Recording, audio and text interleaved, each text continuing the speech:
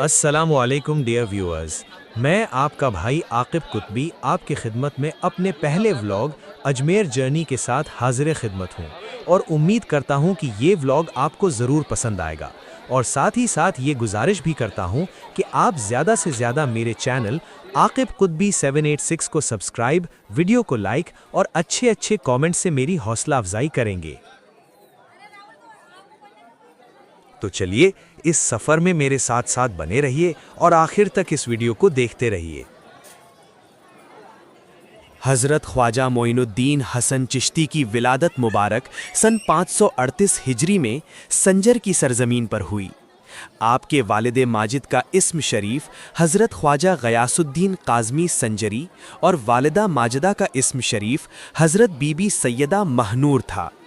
آپ کے جد بزرگوار خواجہ احمد حسین عباسی خلیفہ کے دور میں اہل بیت اور سیدوں پر ہونے والے ظلم و جبر سے تنگ آ کر عراق سے ہجرت کر کے سنجر میں آباد ہوئے تھے، جہاں آپ کے دادا خواجہ کمال الدین اور والد ذی حشم خواجہ غیاث الدین حسن پیدا ہوئے تھے۔ اور اسی سنجر کی سرزمین پر اللہ رب العزت نے حضرت خواجہ غیاث الدین حسن کو 14 رجب المرجب سن 537 ہجری میں ایک فرزند مسعود بھی عطا کیا، جن کا نام حسن رکھا گیا، جن کو دنیا آج خواجہ غریب نواز معین الدین حسن چشتی سنجری سے جانتی اور پہچانتی ہے۔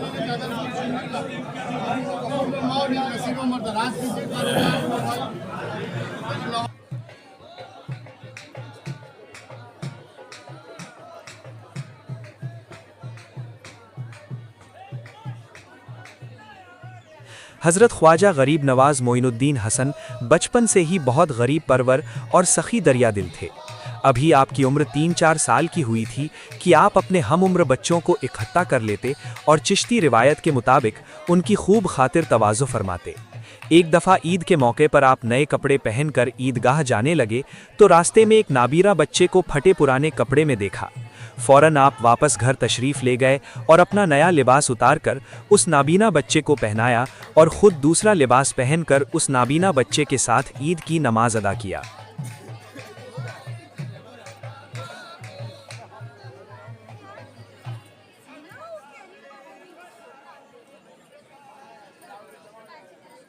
حضرت خواجہ معین الدین حسن نے ابتدائی تعلیم اپنے گھر میں حاصل کیا اور 9 سال کی عمر میں قرآن حفظ کر لیا۔ اس کے بعد سنجر کے ایک مکتب میں داخلہ کرا دیا گیا، جہاں سے حدیث اور فقہ کا مطالعہ کیا اور کم سن عمر میں ہی ان علوم پر بھی دسترس حاصل کر لیا۔ ابھی آپ 15 سال کے تھے کہ ملکی افراتفری سے تنگ آ کر والد ماجد خراسان چلے گئے، جہاں 15 شعبان المعظم سن 552 ہجری میں آپ کے والد بزرگوار وصال فرما گئے، اور اس کے کچھ ہی دنوں کے بعد والدہ مخدومہ کا سایہ بھی آپ کے سر سے اٹھ گیا۔ والد ماجد نے ترکے میں اپنے فرزند کے لیے ایک باغ اور ایک پنچکی چھوڑی تھی۔ آپ باغ کا سارا کام کاج خود ہی سر انجام دیتے اور یاد الہی میں مصروف رہتے تھے۔ ایک روز آپ اپنے کام میں مصروف تھے کہ ایک صاحب حال مجذوب کامل حضرت ابراہیم قندوزی باغ میں وارد ہوئے۔ حضرت خواجہ غریب نواز نے ان کی بڑی خاطر تواضع فرمائی اور انگور کا ایک کوشہ پیش خدمت کیا۔ اسی وقت مجذوب نے اپنے زنبیل سے خلی کا ایک ٹکڑا نکالا اور اس کو چبا کر حضرت خواجہ غریب نواز کے دہن مبارک میں رکھ دیا، جس سے آپ کا قلب مبارک منور ہو گیا اور عشق الہی نے طبیعت میں گھر کر لیا۔ سینہ انوار الہی کا گنجینہ بن گیا۔ اب عشق الہی کا بے پایا سمندر قلب میں ٹھاٹھے مار رہا تھا۔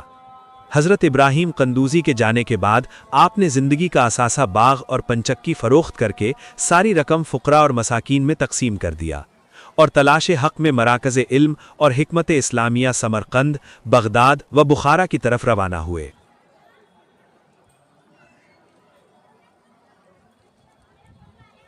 سب سے پہلے آپ خراسان سے ہوتے ہوئے سمرقند و بخارا میں مولانا حسام الدین بخاری اور مولانا شرف الدین کی خدمت میں حاضر ہوئے، اور پھر سالہ سال کی مسافت طے کر کے شہر و شہر گھوم کر علماء و ماہرین سے ہر طریقے کا علم حاصل کیا، اور پھر رموز طریقت کی شناوری حاصل کرنے کے لیے عرب ممالک کے سیاحت پر روانہ ہوئے، اور مختلف ممالک سے ہوتے ہوئے آپ سنجان میں حضرت شیخ نجم الدین کبرا فردوسی، پیر و مرشد حضرت امیر کبیر سید قطب الدین محمد مدنی کی زیارت سے مشرف ہوئے، اور کچھ دن قیام کرنے کے بعد وہاں سے بغداد شریف پہنچے، اور حضور غوث اعظم شیخ عبد القادر جیلانی کی خدمت اقدس میں حاضر ہوئے اور 57 روز ان کی خدمت میں رہ کر تسکین روحانی حاصل کیا۔ شاہ جیلان نے آپ کے متعلق فرمایا، یہ جوان مرد اپنے دور میں سرمدی عظمتوں اور رفتوں کی معراج پر پہنچے گا، عوام و خواص کے لیے رشد و ہدایت کا مینارہ نور، ایثار و قربانی اور مہر و وفا کا پیامبر اور منبع جود و سخا ثابت ہوگا۔ حضور غوث پاک کی بارگاہ میں باریابی کے بعد آپ بغداد میں حضرت شیخ ضیاء الدین سہروردی کی زیارت سے شرفیاب ہوئے۔ عراق سے آپ مزید روحانی سربلندیوں کے حصول کے خاطر زیارت حرمین شریفین کے لیے روانہ ہوئے۔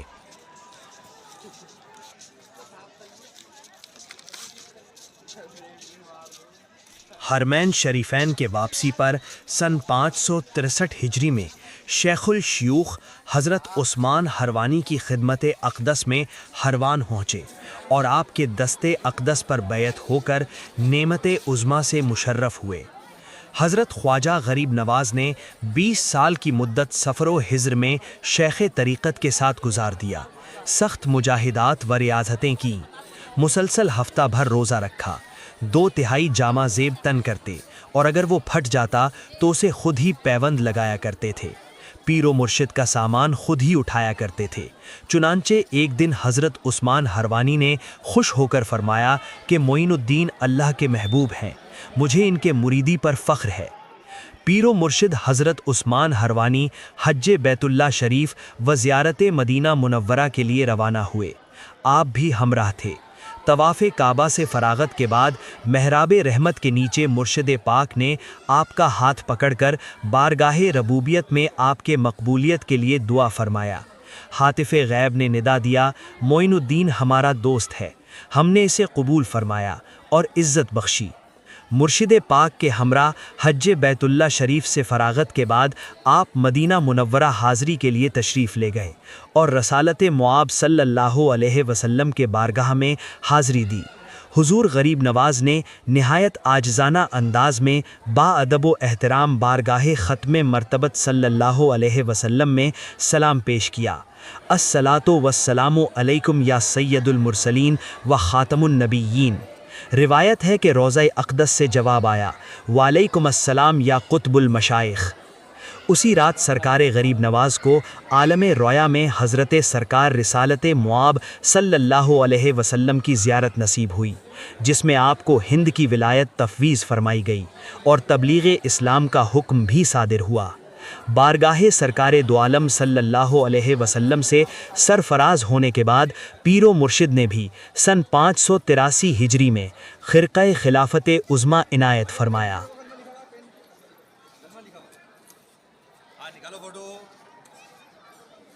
خرقہ خلافت کے حصول کے بعد بلاد اسلامیہ کی سیر و سیاحت کیا، بغداد میں حضور غوث پاک سے اکتساب فیض کیا اور پھر پاک و ہند کی طرف آپ روانہ ہوئے۔ اس سفر میں آپ کے ہمراہ 40 درویش بھی تھے۔ آپ ان درویشوں کے ساتھ غزنی پہنچے اور سن 584 سے 588 تک آپ کا قیام غزنی میں رہا۔ پھر غزنی سے ملتان پہنچے، یہاں بھی سلطان شہاب الدین محمد غوری کی حکومت تھی۔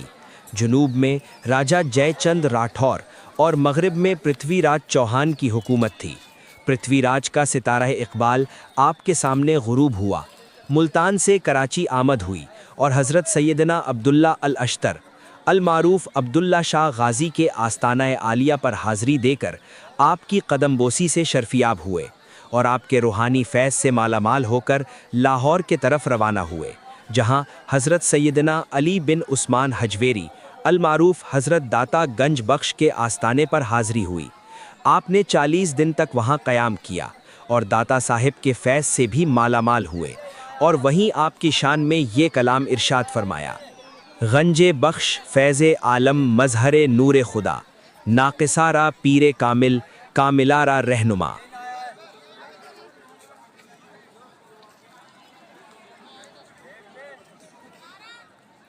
ہندوستان اجمیر میں آپ کی آمد اور قیام۔ سن 608 ہجری میں سلطان قطب الدین ایبک کے دور حکومت میں 2 مہینے پیدل سفر کرتے ہوئے 40 درویشوں کے ہمراہ آپ اجمیر شریف راجستھان پہنچے اور اس سرزمین کو